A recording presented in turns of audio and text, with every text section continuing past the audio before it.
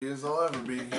Sister Wives, Rewatch, Season 3, Episode 9, College Bound Browns. This is when they do a panel on their life. Now, this is not the later panel where they argue against anti-polygamists. This is the one where they go to Boston and everyone's very much like, wow, you're so amazing. Robin cries, Cody doesn't wear gloves. The end. The kids once again talk about how they don't want to be polygamists, almost all of them. The older four teenagers will go. So Mary's child, Logan's the oldest, and then Aspen, and then Maddie. And so the four of them go because they're like, oh, well, it's almost time for you to start looking at colleges, so this can be a double. As though Harvard was even on the table. Not to say the kids aren't smart, but Harvard's one of those things that you have to have decided you wanted to do way earlier and been working towards your primary goal. A number of kids in my class went to Harvard and Yale, and that was something, they didn't stumble onto it. It wasn't like me where I was like, well, I'll look at some colleges. And I got into some very good colleges. I did not get into Yale. Yeah, we don't have everyone we've met from Yale has not been the most impressive. So it's like an inside joke. Like, oh, what? They went to Yale? It's only been reinforced throughout the years as we've encountered other people who go to Yale. It's a very good school. I can't believe I have to defend Yale. It's a very good school. You don't, because we only know dum-dums from there. Well, one of my high school closest friends went, and she's brilliant, but I haven't seen her in decades. So, I don't know. I don't know how she's holding up. I should go check her out and see how things are going. So Danielle, the Episcopal minister who came and visited them, who I think looks just like Sarah Silverman or someone like that, had invited them back to talk to on a panel, and it was mostly just them and their kids, and it was a group of people. And I got a little eye rolly because it was like at some point they were. Well, we'll get to it. I'll just get to it. So anyway, there's not a lot that happened. It was a lot of them like packing and Cody being like, it's so hard to pack with 4 houses. It wouldn't be an episode of Sister Wives if there wasn't some huge section of Cody complaining about how his life is so hard. The life that he has created and actively continued. And this is not like, you know, like, and then he brought on Robin, and he's like, oh, my life is so hard, and it's like, okay, buddy. It's like when John complains about having so many dogs. Didn't happen on accident, although I don't like the analogy between the wives and dogs, which is something that it bothers me so much on the show when they talk about how hard his life is. I'm thinking about getting a new one, by the way. Wife? Dog. Oh, okay. Yeah, we started looking at rescue sites again. I should have said same thing. That would have been funny. It would not have been funny. Could have been upset. It would not be funny. But I didn't think that fast. If she had if we could get like a Janelle type character who worked 70 hours a week and brought home all the money, we could consider it. I'm just saying. You know what's funny is I had a dream last night. I'm not man enough for 2 women. Okay. I have a reoccurring dream, which I've heard is really common, which is we were in this house, but I kept finding new rooms. And they're like, how could you have not seen these rooms? And I was like, I don't know. I thought it was a closet or something. And then you'd like go up a set of stairs and there'd be like a big open area.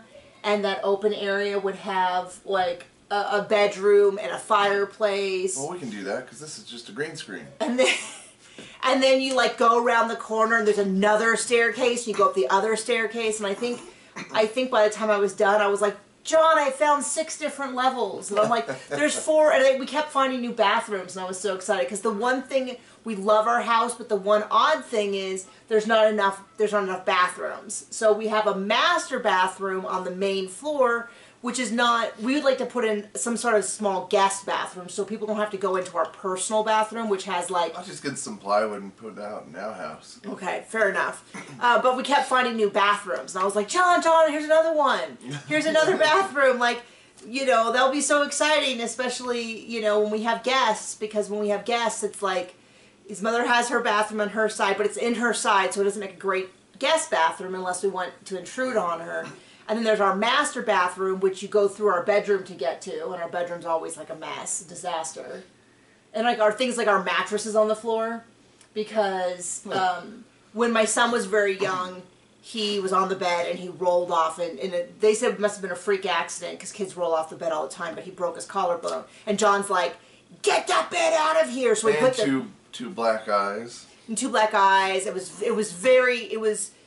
he was upset, but I would say he got over it quickly. The mom guilt went on forever. Did you feel pretty bad? I didn't know until I heard thumping, and I didn't know what was going on. Anyway, hit the dresser on the way down, and then the floor. Yeah, so he was not a wee baby. He was 2. To be clear, for people who are concerned about co-sleeping. But anyway, John got rid of it, and so now our mattress is on the floor, and then, so it does look very much like a college dorm room, like your first apartment kind of setup. So I don't necessarily want people walking through there. But Cody goes on and on about how difficult it is, how, you know. And then there's like a 20-minute segment about him and the hotel keys. Oh, well, before we get to that, I wanted to say he called Janelle, and on the phone he said, "Hey, lover," which I don't know that I've heard him say that to Janelle. He never loved her. Well, we haven't heard that from him yet. It was Christine he never loved. Oh. And Mary he never loved. But I assume in the next season, we will now learn how we also never loved Janelle. He did in the tell-all say how she begged to join the family. Oh, man. Remember, like the dog? Please, please, please, let me join. But I don't think, as far as I remember, and you can correct me, he hasn't said that he never loved Janelle. But I am reasonably sure that in this next season it will come up about how he did her a favor. She was really eager to join. And she, you know, he did say, he's getting close to it because he said most of these things. He said how she agreed to patriarchy, and she's like, what are you talking about? And even him in the early season said they didn't agree to patriarchy. So he's like rewriting history actively. But I'm eager for the next season. I've enjoyed rewatching this with everyone and talking about it, but I'm eager for the new season. And somebody said that in one of the articles, and I haven't been able to find it myself, that they plan to catch up in the timeline. So this next season they plan to get more caught up, so that on one hand, I'm a little... So where Cody's single. Well, on one hand, I don't want them to skip over stuff. So, like, I want to see what happened between him and Janelle. I want to see the disagreements. I want to see all that. I want to see Christine single. Just reenact it in Legos. I like to see Christine... I'd like to see Christine start dating and falling in love and getting engaged. Like, I'd like to see all that. Mary moving, all of that. And I don't want it to become like... We have to drag out this, they go on one little trip and have an hour-long talk and it's a full thing. And then have it be like, oh, here's 3 months and 5 minutes. Like, I don't want that. But they have to catch up. They cannot continue to have this thing where we know that Christine's engaged, but we don't see it till season 20. People are already starting to lose interest. It's one of their hit shows. Like, they need to catch up. And my livelihood depends on this. At least in part. I am trying my darndest to get people to watch my other stuff, but, you know, they don't want to. Well, I shouldn't say that. Plenty of people watch it, but I'm not getting new 90 Day Fiancé fans. I'm getting a few of those that are like, why are you talking about yourself? You're so boring and such a loser. And then I'm like, block, because I don't need that in my life, and they don't need it either. So we're all much better. So yeah, he calls Janelle lover. I don't remember him doing that before. He definitely doesn't do it now, but pet names, especially with her, and I wondered if maybe some of that was for the camera. But they go out to Boston. Yeah, they get to the hotel, and as if we have never thought of a concept, he's like, I have to get a key from every room, and I put the room number, and I have a system, which meant that he puts their initial on it. A real complicated system. We never could have thought of it. This is why Cody's a polygamist and we're monogamous, is that we don't have the big brain to figure out how to take keys and then write numbers and letters on them. I mean, but he really presents it. It's so weird to me that he presents it like none of us could possibly figure out. He's like, well, I have to have, and the way he always says access to every wife, he uses the word access, and I always think it's such a weird... He's only one of their best customers. Not the rest of them. He's like, I need to have access to each wife. As opposed to like, well, you know, they're my rooms. I want to be able to go in and spend time with them. And it's the... I don't know why the word access, because he uses it a lot. He has to have access to his kids. He has to have access to his wife. I don't know why it bothers me so much, but I hate it as a word. Because it really makes him feel like the way you would talk about having access to a tool or to something you own. I know. Da-da! So that bothers me. But anyway, they get to the hotel and he does this whole big thing about how each one, blah, blah, blah, blah, blah, and how it's so difficult for him to go between rooms. I'm like, okay, we get it. We get it. You're a superstar. And he can say good morning or good night with all his room keys. And, brilliant. And then they talk about, like, who's scared of Cody, what he's going to say at this thing. And Christine and Janelle raise their hand, and then Janelle laughs and says, oh, we're the bad wives, and they're the good wives, referring to Mary and Robin. Because, of course, Robin would never say something about that even partially, and it's like, you know, make him look bad or imply that she doesn't have the utmost faith in him. And it's like, okay, lady, we get it. We get it. You're the best customer. Well, it's also one of those things where you go, the healthy relationships I know between couples are where people are two different people.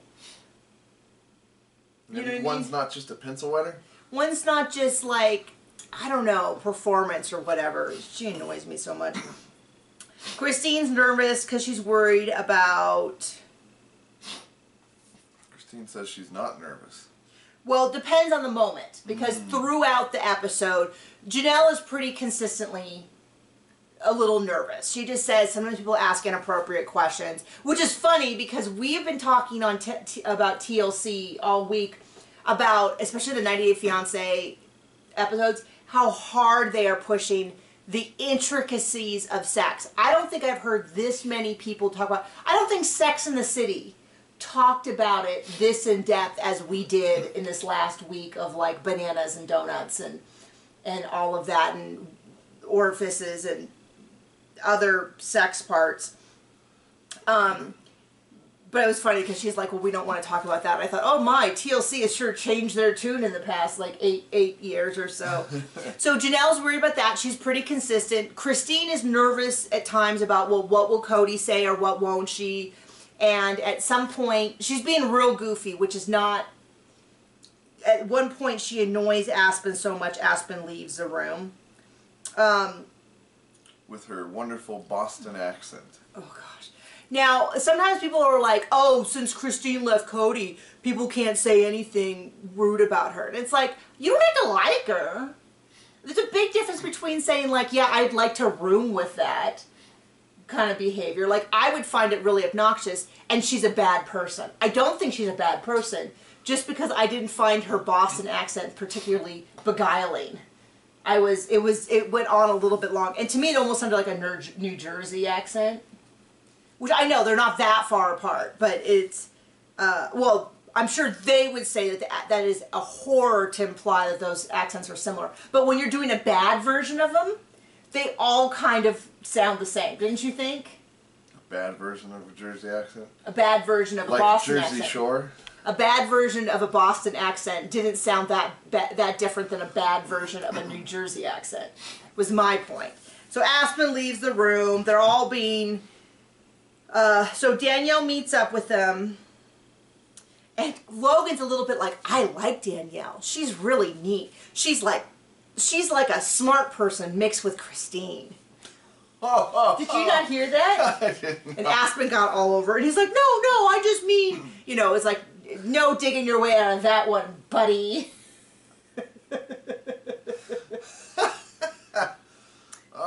He's going off to college soon, right? Yeah, he is. Probably best for him. So then they ask about their alternative lifestyle. I'm trying to remember when this is. This was the day... I'm just double checking. When the actual... Somewhere in there was the actual It's the panel. National Donuts Day. Was it last? Was the panel last? I don't keep up. Okay, yeah, the panel was last. So first they go out to dinner with Danielle and a few of the grad students and undergrad students, and they ask about, they make a big show of like, well, since you're considered an alternative lifestyle, how do you feel about other alternative lifestyles, such as gay marriage? And they all have their big moment of patting each other on the back about how they just want to let adults be adults. Now, I'm not disagreeing with that, but it felt very much like, okay, what we'd like to do is get a moment where you acknowledge and you share your struggles, and it just felt very performative. Is that how you felt? Like Cody all the time? Well, fair enough. So they do that. I mean, it would be ragingly hypocritical if they were like, well, what we're doing is fine, but everyone else is. Oh, you mean like them not believing in divorce and all getting divorced? I guess that could be part of it. Certainly not hypocritical. So he says it's not their business. They have some real back patting, and they're like, people are just really curious, and they're a little intimidated because they kind of think that this panel might be a little hostile. And she's like, no, that's not really what this is going to be. It's going to be a giant. In fact, one person proposes to Cody. Does she? No. Oh, okay. I was going to say, I might have missed that. But I mean, she might as well have. So then the next day they get up and they go to Plymouth Plantation, which is a 17th century village that talks about early settlers in the U.S. And they're really, Cody is really walking weird. on holy ground. So one of the early settlers, take his shoes off. Hiram, is a direct great grandparents to Joseph Smith, who started the Mormon religion. And now that is cool, but he gets emotional talking to the reenactor. That's not the real Hiram. That's not it was a woman, but he's like tearing up, and he's like, he doesn't live on the same plane of reality as reality does. So it's not that he got emotional about the idea that the founder of their religion, the grandmother, would have been there, but the fact that he gets so emotional about the reenactor, who is just a person, is just an actor. That's like me getting, like meeting the actor who played Jesus Christ and being like, it's the same thing. Let's not get into politics. No, but I mean, like, it's not the same thing. It's not Jesus Christ. It's not. It's not. What's his name? Wasn't really Abraham. Right. Like, it's not. Ben-Hur. No. Who is the actor? Charlton Heston. Who played in the Ten Commandments? How do I even know that? Anyway, it's not the same thing. Like, there's not the same thing. But he goes on and on about how emotional he got and how moved he was meeting the reenactor, and I was like, okay. And then Christine is like, what do you think of my clothing? And she's like, oh, I'm concerned for your head, that you don't have a hat on. I mean, she's a reenactor. She's just trying to say what she thinks they would have said. And she's like, well, I have, there's multiple sister wives. And she's like, oh, then you must not be a Christian. And Christine gets really offended. And it's like, what, you guys, acting. They're actors. And then, but then they're like, well, Christine, you were really flippant. I'm like, it's not the real person. It's not the real person. Whether she was flippant or not, this is an actress reenacting what she thinks that person would have said. We don't know. We don't know. She might have been like, heck right, sister. My husband's a dud. Like, I don't know. But it was just really funny because, well, not funny. Not funny, haha. Funny, weird. Okay. What were you going to say? Nothing, I should say. Okay. Well, anyway, so they do all that, and they have this big debate. Well, you are being flippant to her. And I'm like... A line from Swing Blade. Oh, I was going from the TikTok sound. Anyway. So then they go... they go walk by Tufts College and Harvard. I've never ever seen them other than like a picture of like, here's Harvard, and there's like one brick building. It looked really pretty.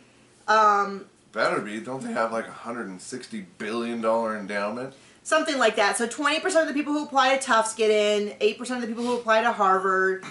None of the adults graduated college. They said in a normal period of time. So I don't know if that means that some of them went back and finished their degree. Well, Cody didn't. We know that for sure. Yes, Cody didn't. I think Robin got.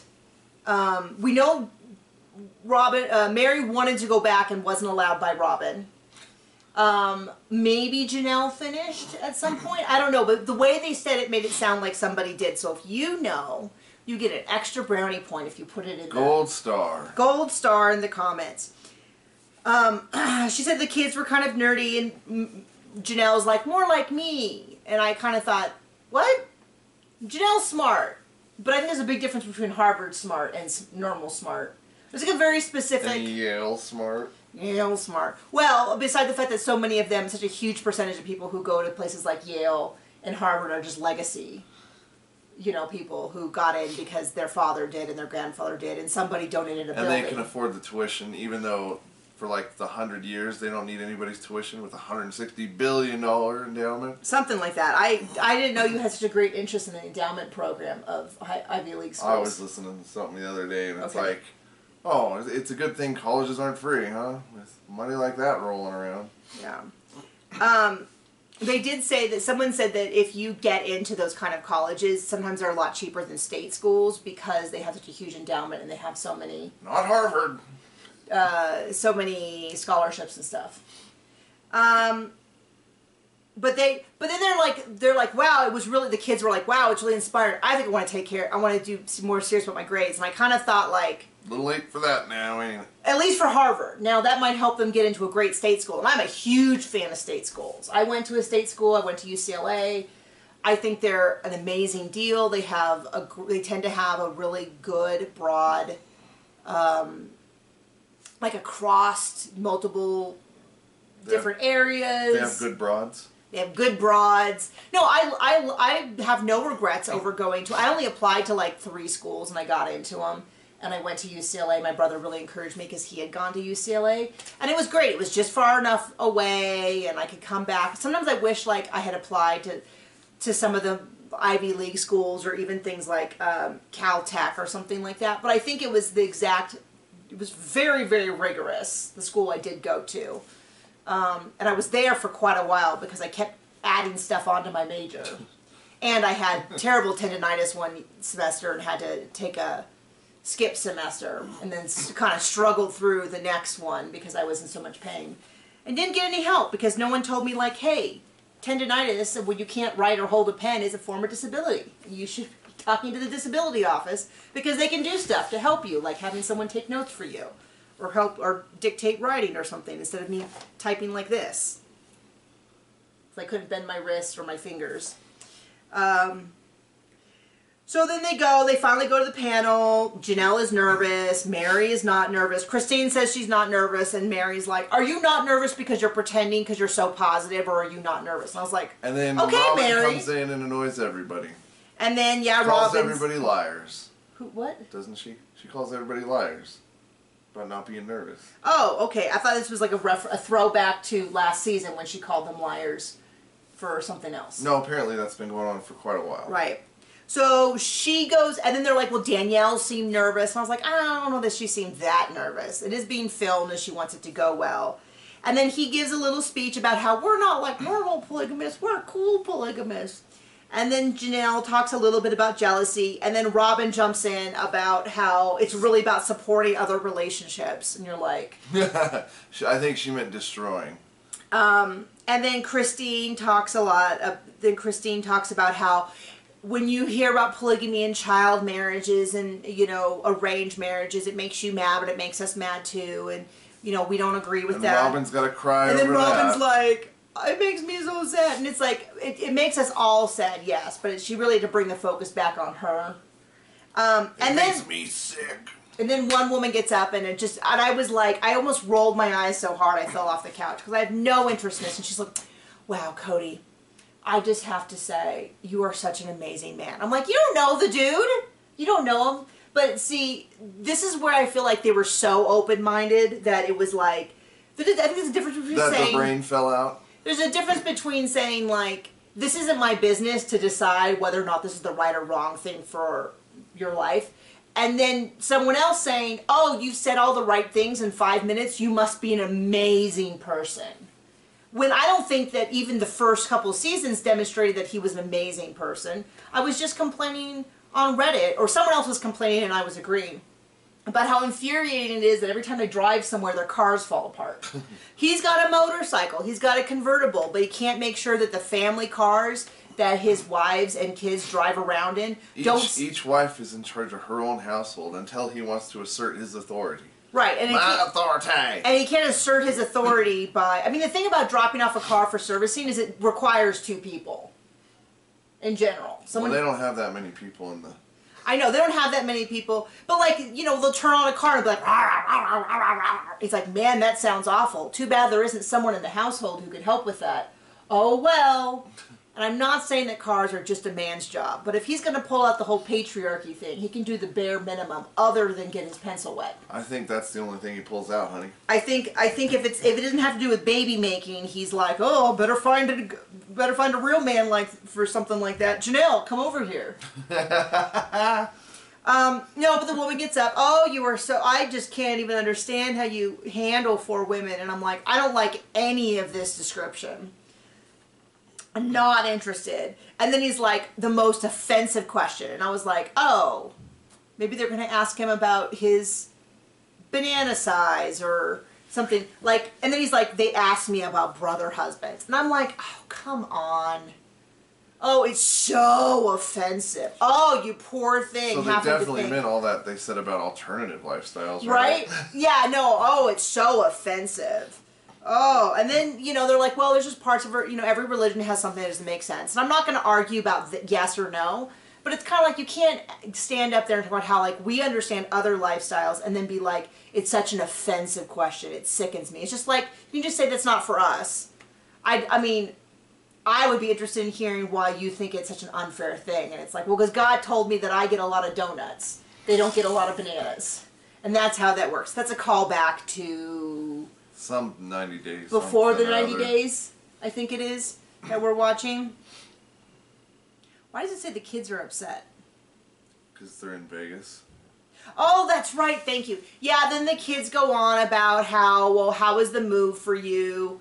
Now, to be fair, the lady who said you're so amazing has probably seen the show, but I still feel like if you watch the first few seasons and didn't see some red flags, and your immediate gut response is to fawn all over Cody... Then you probably go to Yale. Well, then...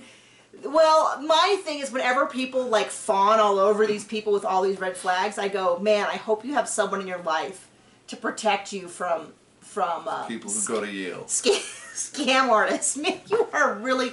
We're going to have a huge Yale contingent of people that are so offended. Well, I'm not smart enough to figure out how to leave a comment anyway. Well, I'm not scared. I'm not afraid. So the kids talk about how miserable it is moving, that they had to be right out of town, that it was really difficult. And then Robin's like, oh, I'm so worried that people are going to think that we made them miserable. It's just a move. They're going to change their mind. We didn't ruin their lives. And it's like, Robin did. Yeah, okay, keep that up. It's just a mood. They're going to make it sound like our choices are making them miserable. It's like, okay. Well, however you argue about Vegas move, which, I mean, it... As much as it pains me, it's not the worst. Of the end. Well, the Vegas move in and of itself is a little bit more justified. The Flagstaff move, in no way, shape, or form, was necessary. They could have kept those houses. Robin wanted to. That means it's necessary. Right. So anyway, that is Season 3, Episode 9, College Bound Browns. Hopefully... This is airing early on Patreon. You can join our Patreon if you want to join us for exclusive conversations, watching these videos and some other videos early. We might be cooking up some fun things to do during the new season. But as of now, we haven't heard anything about... Meth? We will be cooking meth live on the air and taking donations and sending out special prizes. No, I do not know how to cook meth. I guess that doesn't need to be said. Although I am thinking of going back to college for chemistry. I'm always thinking about going back to college for something. I'm not. Not untrue. I'm always like, oh, I'd love to go back to school, but I don't have time.